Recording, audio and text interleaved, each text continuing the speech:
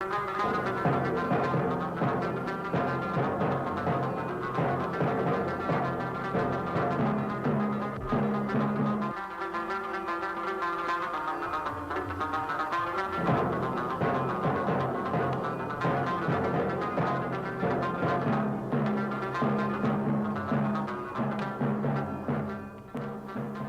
1979, the Soviet Union, in violation of every convention protecting the rights of a sovereign nation, has tried to impose its will on the people of Afghanistan.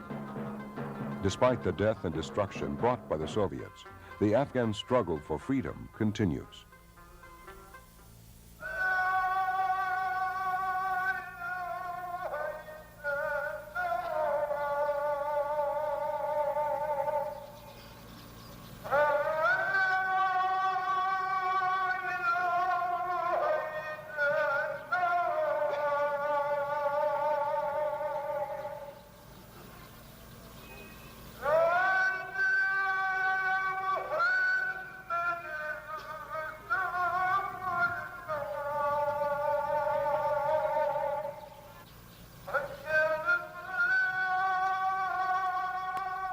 Afghanistan is an ancient country, a rich mosaic of ethnic traditions whose identity is shaped by Islam.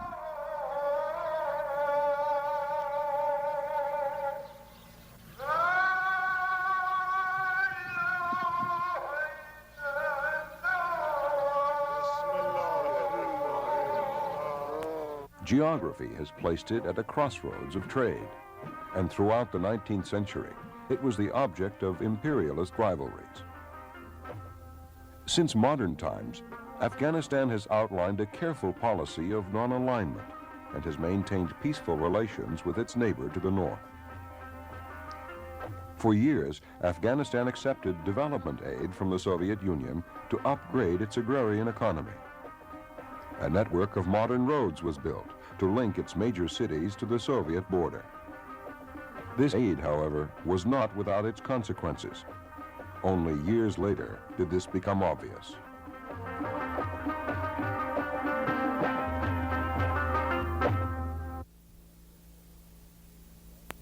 A former official in the Afghan government, who, like others in this report, cannot be identified in order to protect their family, and recalls the early days of Soviet aid to his country. Initially, people found some advantages in these assistance programs. Some areas were developed, roads were made, and some factories were constructed. But after almost 2 or 3 decades, we found out that Russians had bad intentions right from the very beginning. Apparently, it was aid and assistance, but in reality, it was a program of exploitation. They exploited the country economically. And we found their ill intention when the military coup of 1978 took place. This was the time that we found they wanted to change the country to a communist country, to a country which apparently would be a free country, but in reality it would be one of their satellites, a country which would literally follow their instructions and their behavior. The oppression of this regime and the way they were killing the people, the way they were imprisoning the people, persecuting the people, and torturing the people, all showed that all these things were planned. As a result, people could not tolerate this, and resistance started in different parts. Resistance was local, and initially it was wiped out quickly by the government forces. But people did not give up, and they continued to resist. These resistance pockets grew, and finally they found it was too difficult for the government to cope with this. Recently, Radio Free Kabul has started broadcasting and provides once isolated resistance bands with news about the struggle against the Soviet invaders.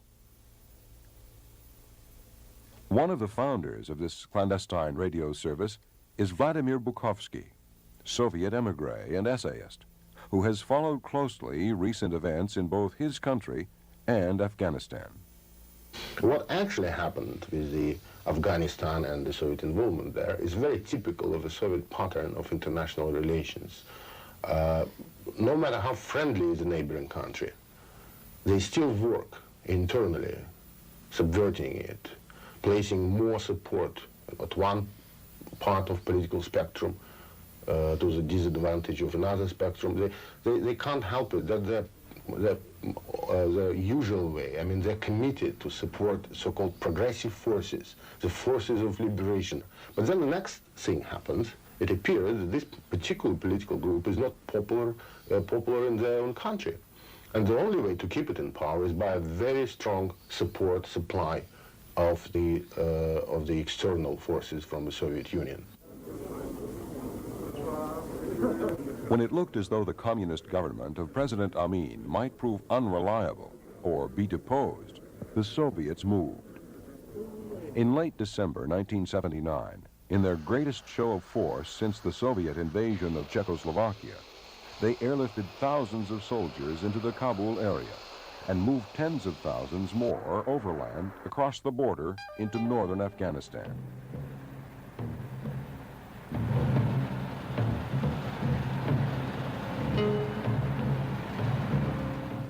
One of the important points of the situation like that, why they can't really leave alone this country at the particular moment, is that they cannot tolerate the collapse of so-called friendly government on their own borders. Because then it may be a very dangerous precedent. It may set up, it may trigger off a chain reaction inside of the Soviet Union, which is, as you know, consists of 130 different nationalities, most of them occupied at one or another point of our history by the Soviet Union, as actually Afghanistan was occupied.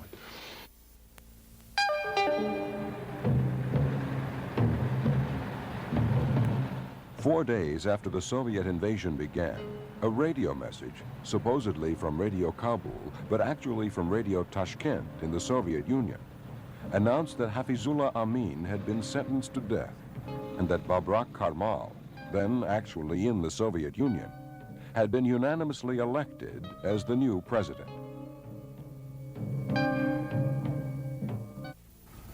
Vous me demandez quelle preuve existe-t-il suivant laquelle What proof exists that the Soviets came on the invitation of President Babrak Karmal? There is none, for the simple reason that Babrak arrived with the Soviets. I mean, Babrak Karmal was not in Kabul, in Afghanistan, when the Soviets invaded on December 27. They brought him with themselves to Kabul.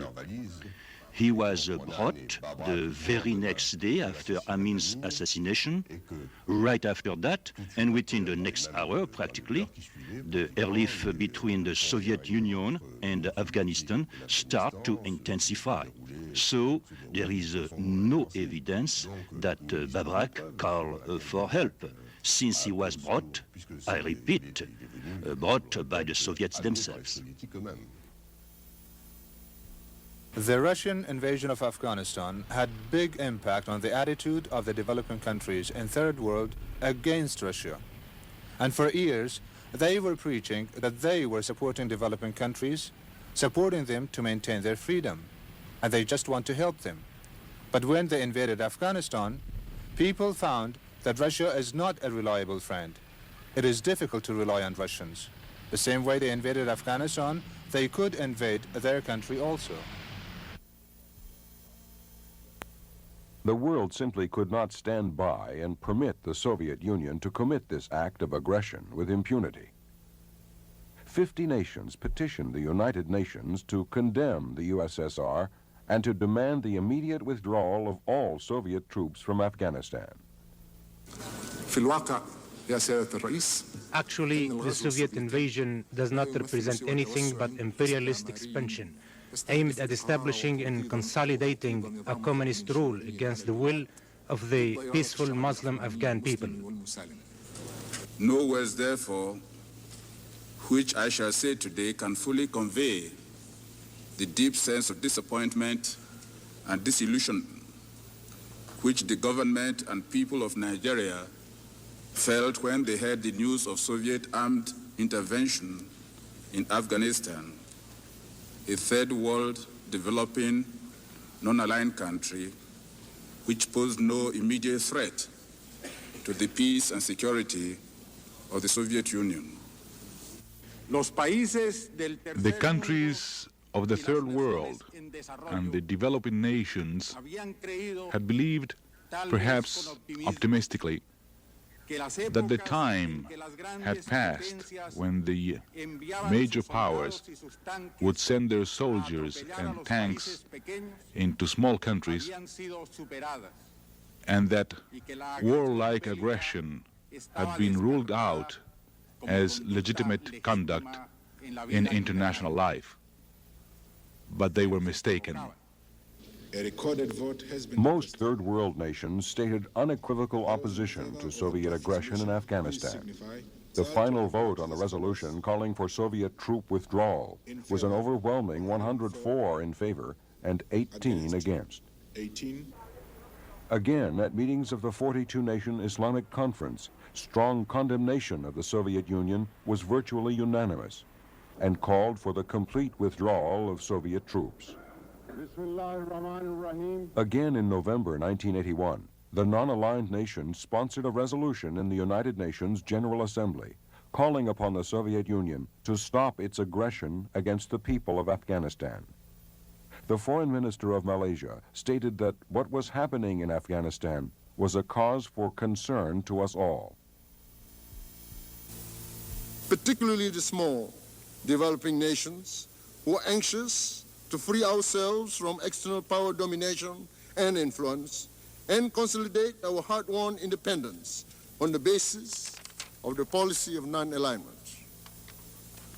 The fact that the Soviet Union was not mentioned by name in the communique of the non-aligned movement relating to the situation in Afghanistan could not hide our deep disappointment and indignation at the action of a superpower that often claims itself to be a supporter of the Third World and the non-aligned movement. In favor, 116. Once again, the vote calling for the withdrawal of the Soviet forces from Afghanistan was overwhelming. This time, 116 in favor and 23 against. The reaction of Third World was rather strong, unexpectedly strong, more than anybody could expect it, and probably for the first time since 50s, the majority of the countries in the United Nations condemned the Soviet aggression. Independent filmmaker and former British Army officer Nick Downey has been a close observer of Soviet military aggression in Afghanistan. In the first year after the invasion, so that was during 1980, there was a psychological shock to the guerrillas of this sudden influx of Russian troops. Did seem to set them back. I mean, they almost seemed to be stunned by it. And the Russians did, with the Afghan army, take back fairly large areas which they'd lost in the previous 18 months fighting before the Russian invasion. And then the Russians, from what I can gather, having re-established the bases in the countryside, withdrew to the main towns, to the main garrisons, and left the Afghan army to hold the areas they'd retaken. And in this last year, in 1981, the guerrillas, in many cases, retook the land which they'd lost the year before. And so now the situation is very much the same as it was in 1979 before the Russian invasion. And in some ways, from the government point of view, it's much worse. Mm.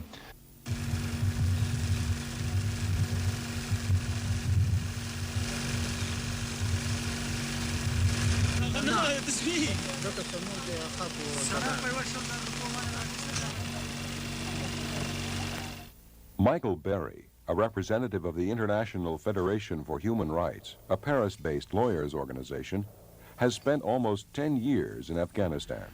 Apparently, the Soviets had felt that simply bringing in their tanks into the country would be enough to terrorize the population into submission. And seeing that this was not the case, they launched a total war attack. There was a wave of helicopter fire. Parachute troops were landed on the houses. Parachute troops went into the houses and simply shot everybody in them, forcing the population either to run away or die on the spot.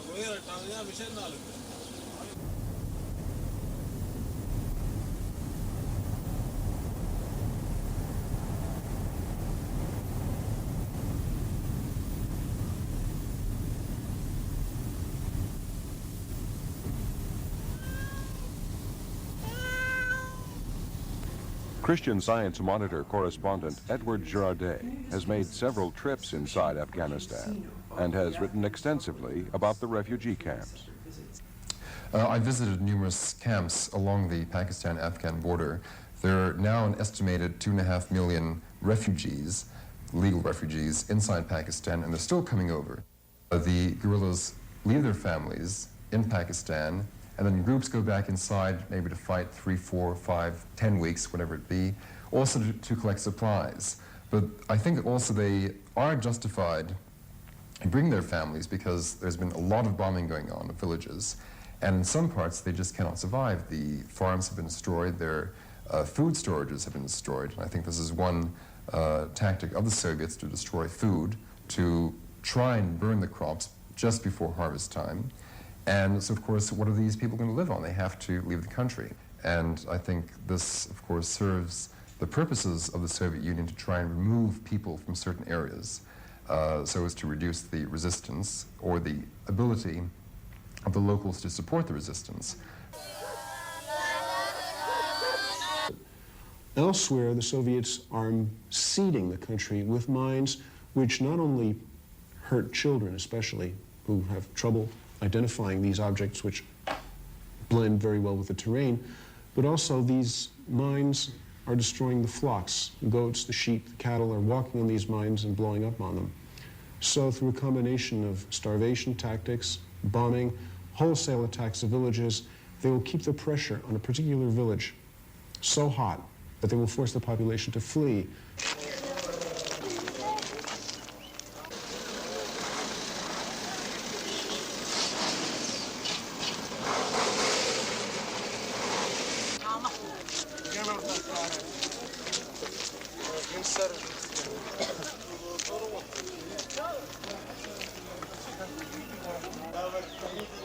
Recognized authority and author on resistance movements around the world, Professor Gérard Chaleon.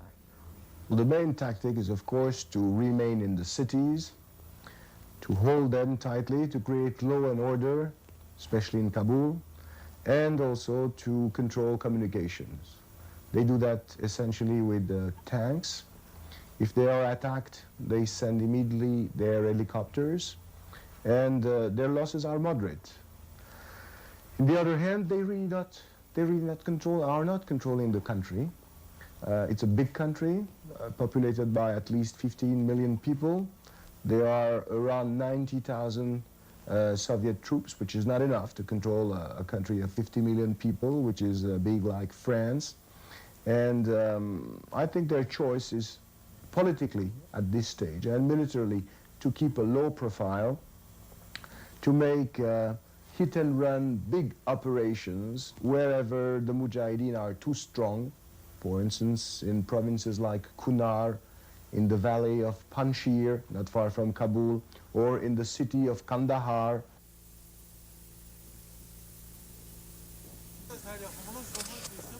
Regarde, ça tire par là. Attention, tu me tires la câble là. Apart from purely military operations, there is absolutely no attempt to use that overworked phrase, win the hearts and minds, which is an essential part of any counter-guerrilla campaign. They're just sitting there, and it is, or it looks like, a holding operation, as if the order has come from Moscow. This war is to be fought as cheaply as possible. Well, the Soviets are using a hot and cold strategy, which consists of hitting one populated valley very hard and destroying the population, forcing it to flee or killing it, actually, in order to convince other populations in other valleys that resistance is absolutely hopeless.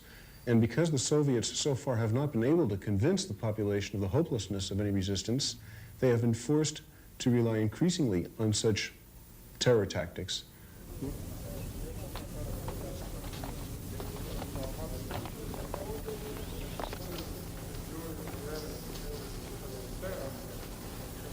An entire country has risen, I mean, almost as a man, against the invader. And that is almost unique in a guerrilla situation. I mean, normally it's a tiny percentage of the population who are doing the fighting, supported by a comparative minority amongst the civil population.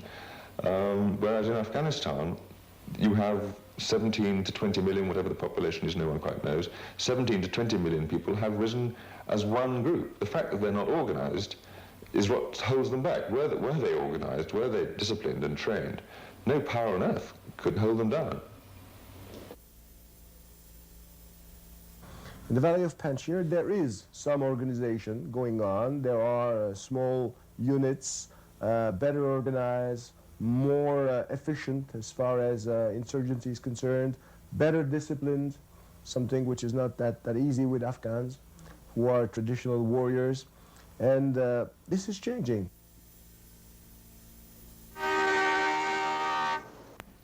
A leader of one of the 6 major Mujahideen groups based in Peshawar, who himself has seen action in the field, and who understands the need for better organization and cooperation among the various groups, is Yunus Khalas.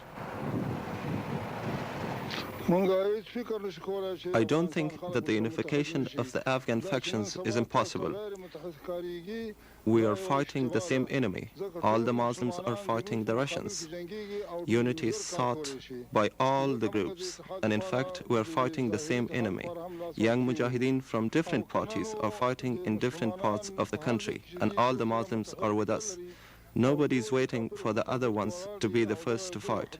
All the Muslims everywhere are fighting against their enemy, and their enemy is one. And that will be a mistake to say one is fighting and the other is not.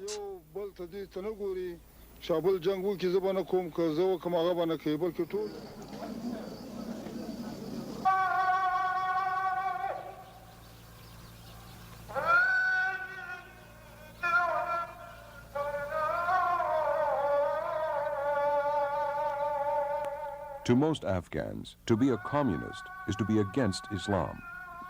Soviet aggression in Afghanistan is viewed as a communist effort to eliminate those who are believers. What is obvious to any observer is that an Afghan's faith is intricately bound up in his identity. Independent filmmaker Christian de Pamphilly was impressed by the role of Islam in the Afghan struggle for freedom. We have often heard about their religious fanaticism. In fact, their faith is necessary. I believe it is an indispensable drive to their resistance. But there isn't just this fuel for their resistance. They are also fighting for the respect of their particular lifestyle. So the struggle for their religion is also a nationalist struggle. For a long time, we did not understand that the Russians had invaded our country. They wanted to make us communists. Thank God we are Muslims. We are following God's path. We do not want communism in Afghanistan.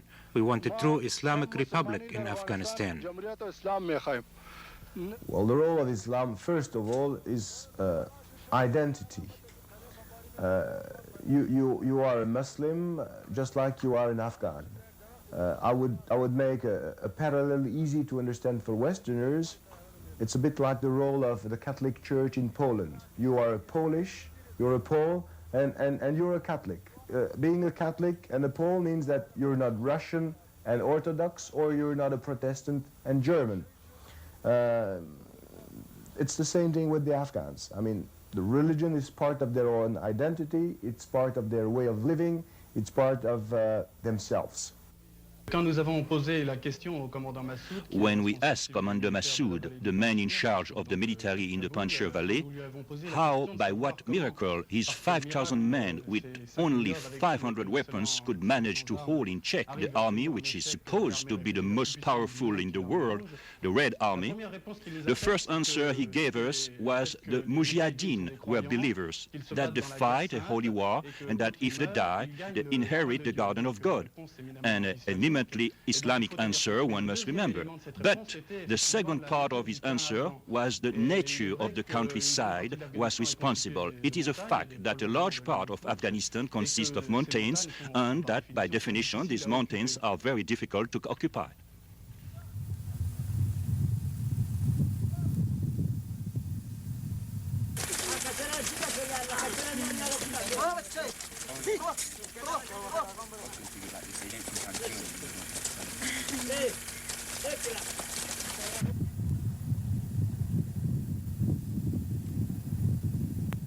Since the Soviet invasion, many of Europe's leading television correspondents have made several trips to Afghanistan to document the struggle for freedom. Mino D'Amato of Italian television. E quello che mi colpì moltissimo in questo primo viaggio, in questo And primo what struck me contatto very con la much comunità during my afghana first trip fu soprattutto l'estrema was, povertà above all, dei mezzi, la grande the extreme poverty of determinazione means. da On one parte hand, there dell'estrema had povertà great determination, and on the other hand, their extreme poverty of means. They were all equipped with old Enfield guns of the 19th century, and there were really very few Kalashnikov machine guns, maybe one gun for every 50 guerrillas. 2 years later, and after 6 trips, I found in the Afghans the same determination that I had found during my first encounter. But there was also a greater sense of responsibility, a greater sense of political responsibility.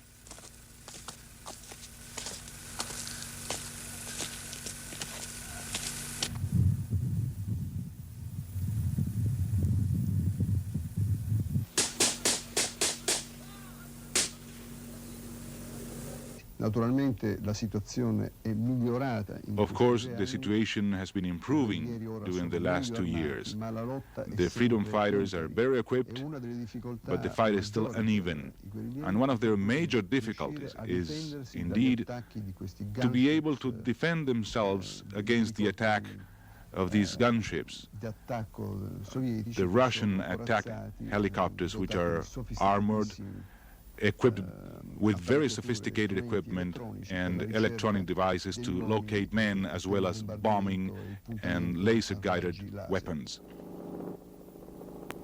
The Hind helicopter attack gunship provides the Soviets with an awesome weapon against the Mujahideen. Sweeping across the countryside at speeds of up to 300 kilometers an hour, its armaments, 128 57mm rockets, and 12.7mm machine guns rain death and destruction from the skies.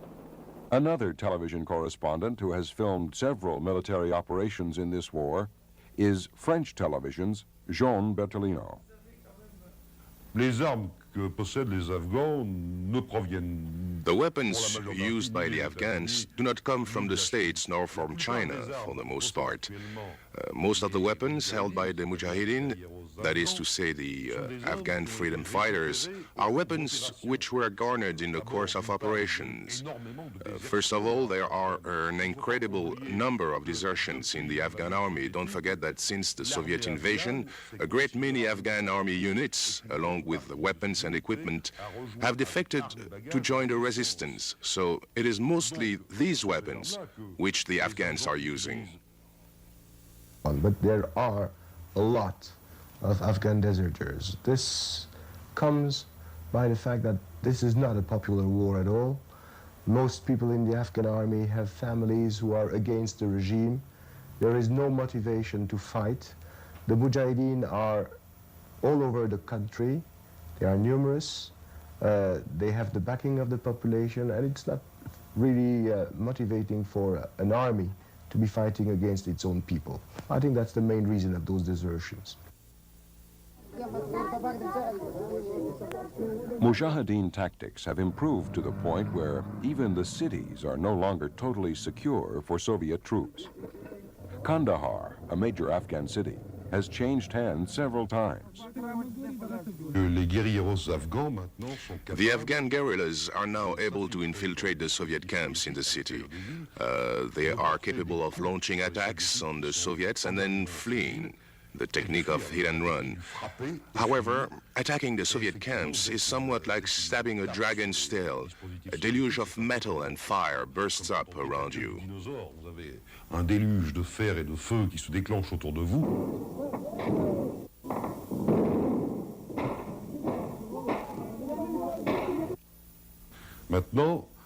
Now you find small, well-armed commando units which have gotten used to Soviet methods of warfare and know how to counter them.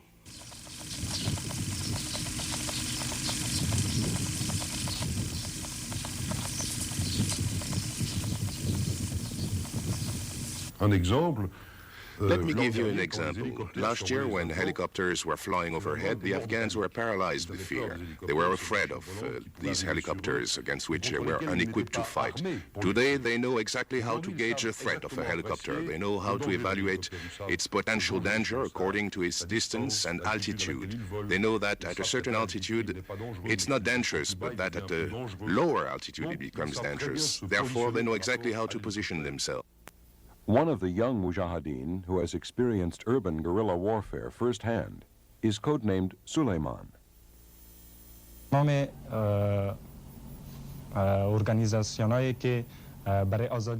All the organizations which are fighting for the freedom of Afghanistan have well-organized resistance activities within Kabul.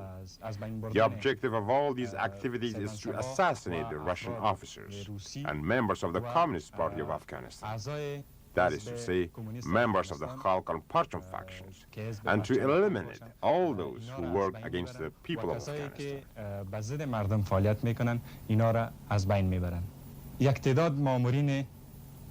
اکثریت مامورینه که در دوائر دولتی کار میکنن اینا A number of people who work for the government to earn a living for themselves and for their families, they also help the mujahideen during the daytime. At night, most of these same people organize guerrilla activities. Their activities are well organized. این نفرا مقصد من مجاهدین است که در داخل دوائر دولتی کار میکنن. اینا از طرف شو عملیات‌های چریکی را سازمان میدن و اینا فعالیت بسیار منظم و منسجم دارن. Within the military units, most officers and servicemen are faithful to their country and their people. They help the mujahideen by sending them secret information. For example, when the government deploys a unit somewhere, the officers who are loyal to the mujahideen pass over whatever information they can, such as the number of persons in the unit, the course, and place of deployment. Thus, the mujahideen can get an advanced knowledge about what to expect and thereby prepare themselves either to defend or attack accordingly.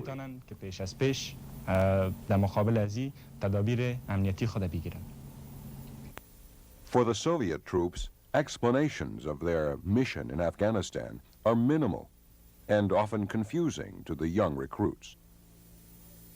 You understand that one of the important points of the Soviet invasion of Soviet troops anywhere, is the lie of propagandas, of their propaganda. Right now, as we know from the prisoners of war in Afghanistan and from other sources, all the soldiers who sent to Afghanistan, in fact, don't know why they're sent over there. Few Soviet soldiers are taken prisoner by the Mujahideen. These two were captured by the Hezb-e Islami of Gulbuddin. Yura Povranitsyn, a chemical scout analyst, was captured a month after he arrived in Afghanistan.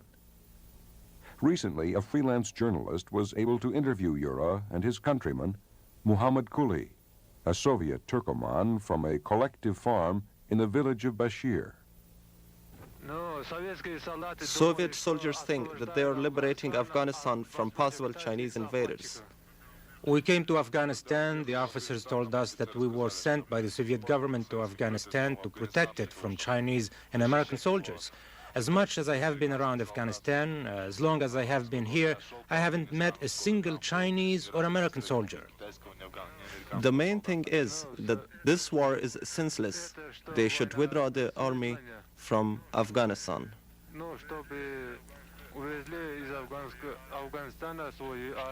What do Soviet soldiers here in Afghanistan think of this war? Well, each thinks differently. One thinks that this is a senseless war, another supports it. But in reality, it is a senseless war.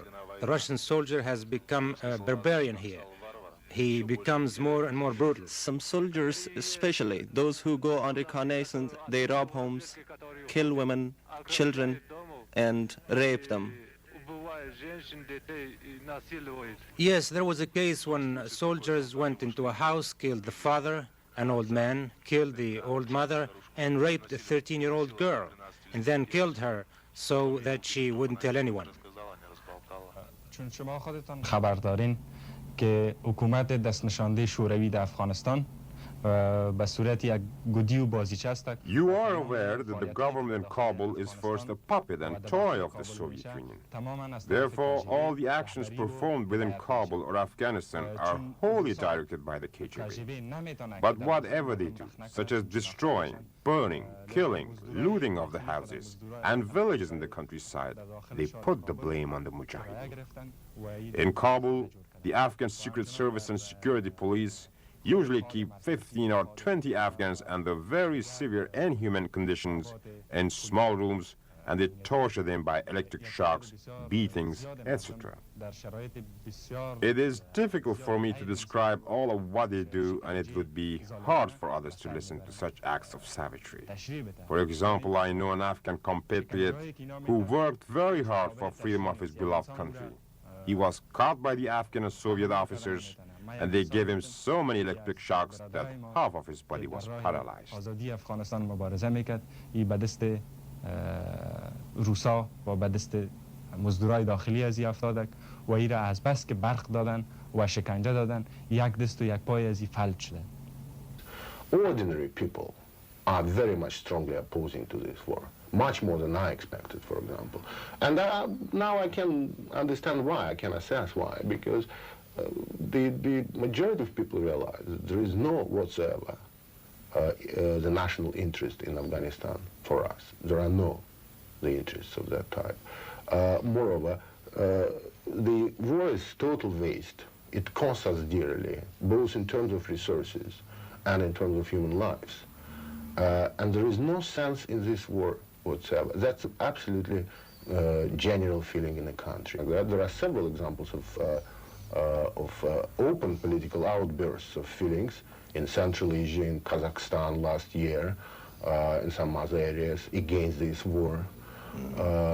Moreover, one of the very illustrative examples or indicators of this feeling is that since the last year, the Soviets stopped practice of sending the dead bodies in zinc coffins back to their homeland, because every time such coffin arrived to their native village or town, it sparkled up immediately the sort of demonstration of the population against this war.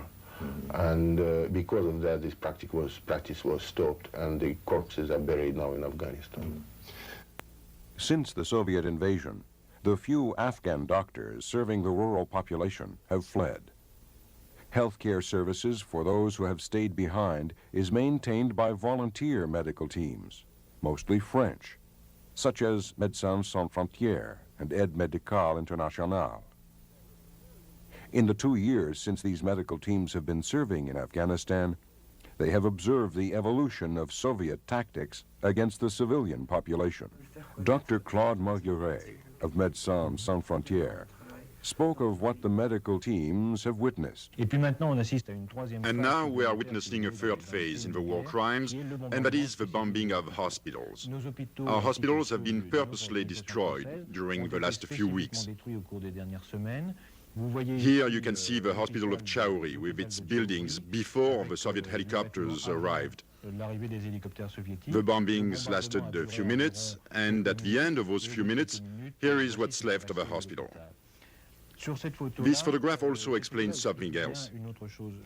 This hospital is located away from the neighboring village, and as you can see, there are fields and trees around the hospital.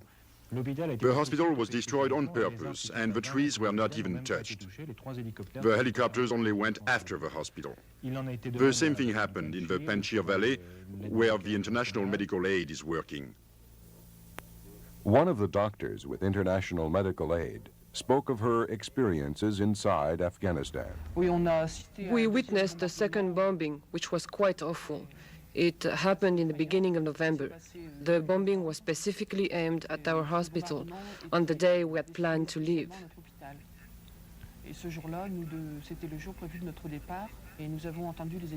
We heard the helicopters making a first pass over the hospital and the village. So everybody rushed towards the shelters, but we did not have enough time to get there. The helicopters were back over us very quickly. We heard the sound of bombs falling right next to us, only a few dozen meters away. At that moment, we were really scared. We saw bombs exploding very close by. By the end of the day, when everything had calmed down, we left our hiding places where we had been for hours. The hospital was completely destroyed, the walls torn down, and nothing left inside. Donc première catégorie, les bombardements. So first, the bombings. Another thing has been talked about a lot, and this is absolutely certain, we have verified it. The anti-personnel mines, which are dispersed around the country and which are very sophisticated. When they are spread over the fields, they are green, they are gray when they are dropped among the rocks, and they are difficult to spot. These mines are not meant to kill, because in this kind of war, a dead person doesn't cost very much. One can leave them. On the other hand, an injured person can no longer fight in the war because he has a hand or a foot blown off and he has to be looked after. He has to be taken back, he has to get medical treatment, and that's lots more trouble for the resistance. And the third kind of wound we have to treat is even worse. When the Soviets launch an attack, they leave booby-trap items behind in the villages when they have been. Fountain pen, toys, and here it is usually the children who get hurt. The adults have learned to be distrustful now, so the victims are children. One incident we saw was particularly monstrous. After the Soviets retreated from Zarajat about a year ago, they had booby-trapped the bodies of dead people left in the field, and when their relatives wanted to bury them, the bodies exploded. We saw that only once, but we did see it. Nous ne l'avons vu qu'une fois, mais nous avons aussi constaté ça.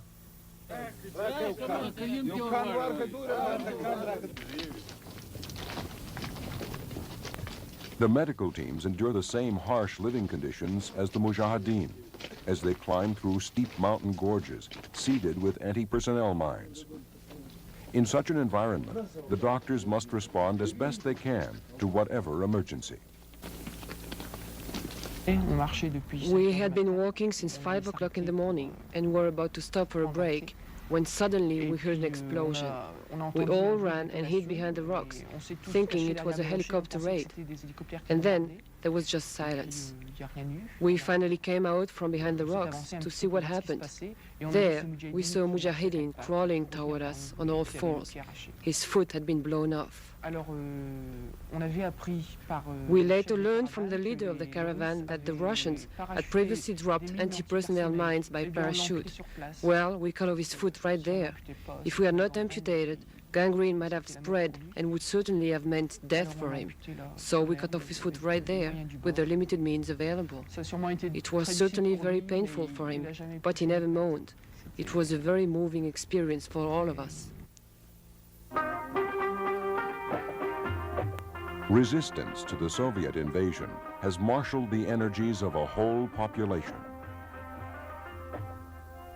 It is this powerful collective will which has galvanized a people into taking on the mighty Soviet army, despite terrifying odds. And those who have witnessed this struggle are marked forever by what they have seen. As far as I could ascertain, the Afghans are definitely convinced that as long as there is just one Russian invader on the Afghan soil, and as long as there is just one free Afghan, there will be no peace in Afghanistan. The price we have to pay for the freedom of one's land is to fight and die on the field. It is clear to everybody all over the world that the Afghan people, like others, love their freedom. They live free and they die free. Until now, they have preserved the freedom of Afghanistan with the price of their own blood, just as their fathers did and their sons will do. And I am sure that the Afghan people will regain their freedom and will be a free nation once again. It is an Afghan tradition to fight against any kind of invaders. Right now, they are the Soviets. The reaction against them shows that the Soviets are not bringing them progress. The Soviet argument is, we are coming to free these people from feudalism. But what does this mean? Can one come to free a people with sophisticated combat helicopters, with tanks, with cannons? by bombing villages, killing children, killing old people, killing the innocent. I mean, what kind of liberation are the Soviets bringing to Afghanistan? Well, the Russians invade Afghanistan. I believe it affects all of us now and in the future. We cannot close our eyes to a people who are losing their own country. It is so unfair. I feel personally concerned about Afghanistan now that I've lived there, and I think that we all share a certain responsibility when we come back from there, particularly since these people count on us enormously, and especially because they feel so isolated. I believe we should feel responsible for them.